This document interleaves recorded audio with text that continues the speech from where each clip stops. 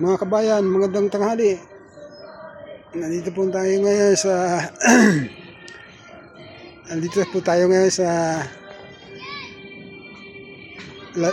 Litada Mutia Compound dito sa Montalban, Rizal.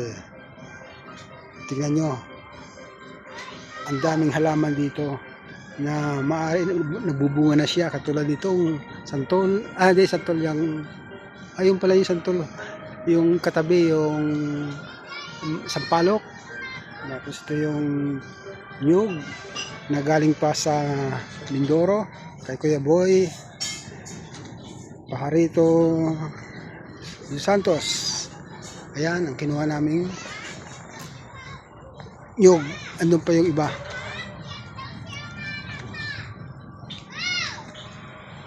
Tsaka ito yung mga tinanim namin mga mangga. Wait mo, nagbubunga na yung iba dyan. Yun doon sa kabila nagbubunga na. Ang lamig, medyo malamig dito, tanghali, magtatanghali na pero malamig na yan dahil nga sa mga puno katulad itong mahogany. Yan, malaking mahogany. Dati tatlo yan, medyo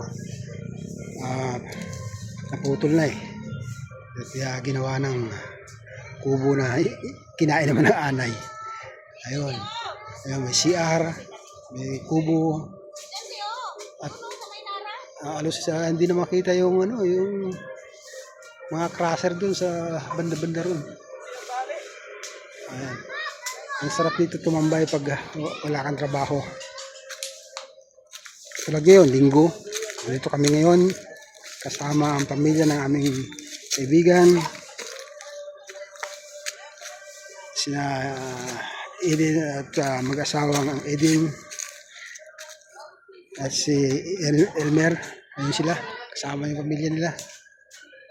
Ayun ang aking asawang si Maricho at aking anak andun, si Princess at sa kaibigan si Mundo andun din, nag-ano na sila. Ayan, ang anak ni Elmer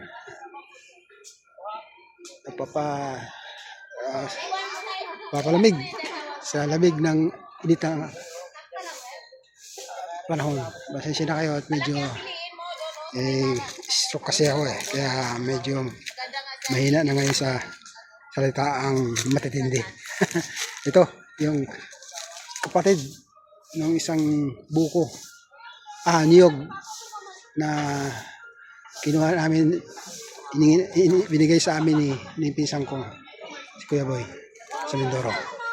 Yung nyug na maliit lang bunga, maliit lang siya, bubunga na at maaari na siyang magbunga. Ganito pa lang kaliit. Malapit na yan, malapit na.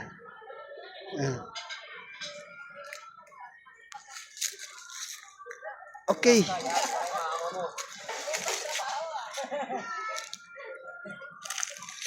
Pag pumunta kayo dito mga kabayan,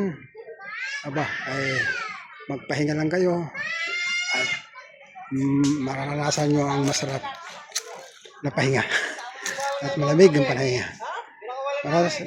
Maraming salamat kabayan at magandang gabi.